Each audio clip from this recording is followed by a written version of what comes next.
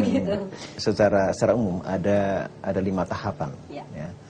Tapak sendiri, tapak itu site ya, tapak, kemudian konstruksi, kemudian commissioning itu kalau kendaraan Indrayan ya, kemudian operasi, dan terakhir ada decommissioning. Decommissioning itu mengembalikan ke posisi awal. Jadi kalau awalnya dulu sawah, ya mungkin itu nanti dikembalikan seperti semula.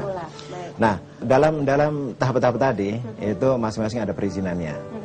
Tapak tadi Pak Haryanto sudah mengatakan tidak hanya dari aspek geologinya, geografi, dari kondisi bumi itu sendiri, ketika nanti akan dibangun PLTN, namun juga masalah lingkungan. Kalau KLH nggak setuju, ini tidak akan jalan. Tidak akan ada jalan. proses Jadi lagi. betul. Ini tahap-tahap semacam tadi. Tapi yang lebih mengenakan lagi adalah kita tidak ingin bahwa tanah air ini menjadi uji coba. Jadi kalau misalnya PLTN yang baru sama sekali nggak boleh. Jadi ada syaratnya. Yang syaratnya adalah pertama online, dibangun di atas tanah.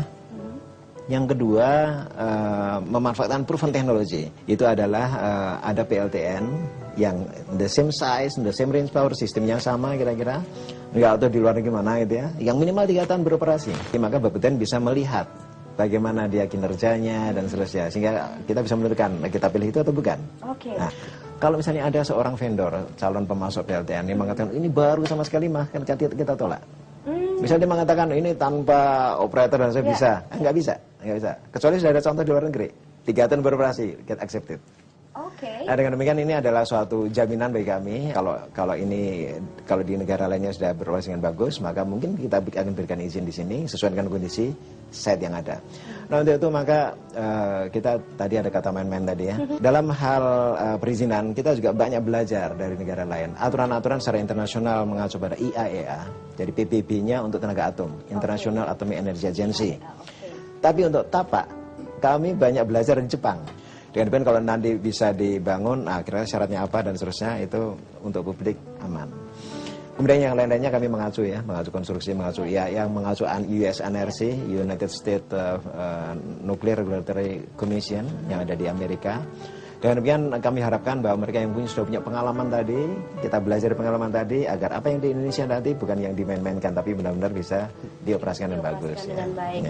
Saat ini apakah ada yang sedang dalam pengawasan, mungkin PLTN di satu tempat sedang dalam pengawasan belum mendapatkan izin atau? Kalau di luar ya kemarin menarik oleh UAE ya, United Arab Emirates. Dia minyaknya itu bisa ratusan tahun jauh daripada kita, tapi dia sudah perlu PLTN. Karena memang ke depan tuh fosil hitungannya akan ditinggalkan. Tetapi untuk Indonesia sendiri kami di Bapeten mungkin Pak Haryanto bisa ceritakan, kita belum menerima apply sama sekali. Jadi tidak ada aplikasi. Jadi kalau misalnya orang sekarang pada mungkin di Muria, mungkin di sini belum tentu. Kami belum menerima aplikasi sama sekali. Jadi itu masih baru kabar burung begitu ya. Mungkin ada rencana barangkali ya Pak ya, tapi belum tentu disetujui dan langsung diberikan izin begitu Pak. Betul. Walaupun sudah ada namanya penyelidikan tentang tapak, itu siapapun boleh melakukan itu. Bapeten belum melakukan evaluasi sejauh mana sih hasil dari penyelidikan tapak tadi sudah memenuhi semua aspek, geologi, seismologi, demografi sampai dengan meteorologi dan lain-lain aspek tapak. Sampai dengan saat ini Bapeten belum menerima event dari Muria. Mungkin tapak yang lain menyusul, namun belum masuk ke Bapeten. Baik. Jadi jadi kalau belum masuk, ya belum ada apa-apa, izin apa-apa ya begitu ya Pak. Nah, kemudian kalau kita berbicara tadi perizinan, kemudian juga langkah-langkahnya untuk bisa mendapatkan izin tersebut begitu. Pada saat satu sudah mengajukan izin, sudah memasukkan ke Bapeten, kemudian stuck kalau tadi contohnya di KLH begitu ya.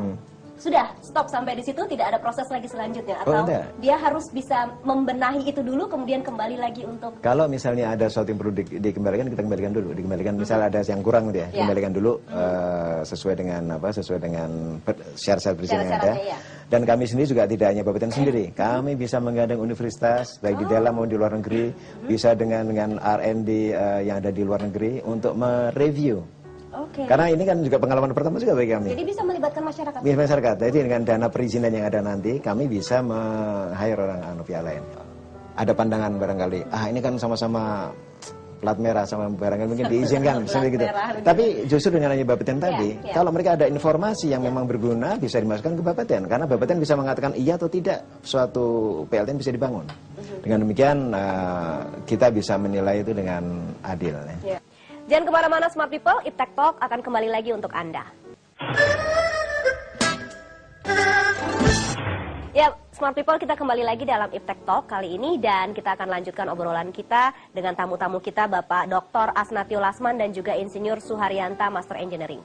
Baik, nah kita kan juga berbicara di sini mengenai SDM, tadi juga sudah berbicara mengenai SDM, untuk meminimalisir human error. Kita ini sudah mungkin lebih dari 30 tahun pengalaman reaktor nuklir yang ada di Indonesia, di Yogyakarta. Sudah lebih dari 30 tahun. Kemudian yang di Bandung sudah cukup lama. Yang terakhir ada Serpong. Serpong pun itu pun juga akhir 80-an. Kita tidak melihat dari fasilitasnya, kita melihat dari SDM-nya gitu. Tentunya pengalaman itu sudah berbicara. Ya, baik. Bagaimana SDM baik itu pengoperasinya, operatornya, baik sisi pengawas. Saya kira sudah cukup punya pengalaman dan pengalaman gitu ya sudah. Tinggal menambah kalau PLTN ini adalah bendanya lain, baik. fasilitas lain. Namun secara prinsip pengawasan sama. Baik, oke. Jadi berarti untuk yang dimaksud saya dengan human error di sini adalah supaya kita juga tidak ada nanti terjadi seperti ya begitu. Pak As sudah menangkap rupanya. Gimana Pak As mau menambahkan? Ya yang jelas adalah bahwa PLTN ini sebenarnya bukan, kalau dari segi teknologi bukan suatu yang baru sama sekali. Teman-teman dari PLN itu untuk pembangkit listrik apakah batu bara, apakah minyak ataukah yang gas, itu sebahagian dari sistem dari PLTN itu mereka sudah biasa. PLTN ini hanya nuklirnya itu hanya untuk mendidihkan air aja sebenarnya. Begitu sudah airnya mendidih, yang sisi yang di belakangnya sana itu sudah teman-teman dari PLN, inspektor mereka sudah paham. Hanya kalau dari PLTN memang ini semua adalah tugas di BPTN, tapi kami nanti bisa bekerja sama dengan para inspektor yang non nuklir tadi untuk menginspeksi PLTN. Itu yang pertama. Yang kedua, ini kan tadi dikatakan sudah 20-30 tahun dan seterusnya, itu memang akibatnya ada aging bagi SDM. Nah untuk itu salah satu cara untuk meregenerasi adalah dengan mereka kita tugaskan belajar di Gajah Mada, belajar di ITB, juga ikut training di luar negeri.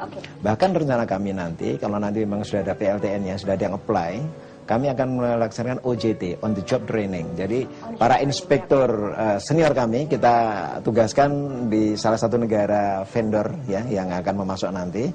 Di sana nanti mereka langsung belajar langsung bagaimana menginspeksi PLTN dan seterusnya. Jadi langsung belajar. Dengan demikian kita mengharapkan bahwa human resource development itu tetap tumbuh dengan bagus tanpa harus tadi kekhawatiran kesalahan-kesalahan yang mungkin terjadi. Baik. Ya. Nah, Bapeten sendiri itu ada yang mengawasi lagi nggak? Atau dari lembaga internasional ini? Pertanggungjawaban kinerja kami langsung ke Presiden. Tetapi dari sisi internasional mereka akan bisa melihat kalau misalnya dari IAM tadi mengirimkan inspektor, mereka menemukan sesuatu, Bapeten enggak, maka kredibilitas kami bisa makin turun nih.